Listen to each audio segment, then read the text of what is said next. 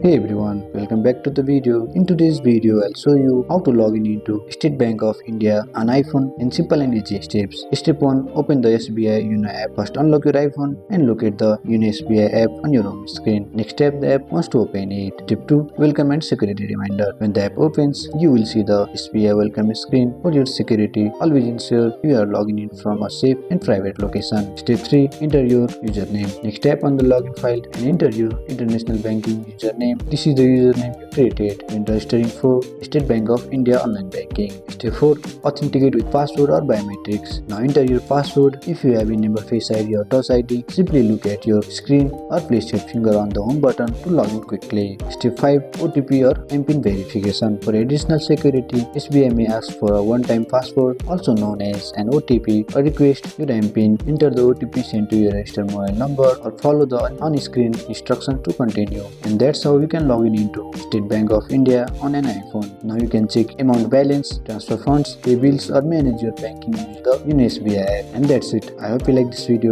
If you find this video helpful, drop a like, subscribe to our channel. See you in the next video.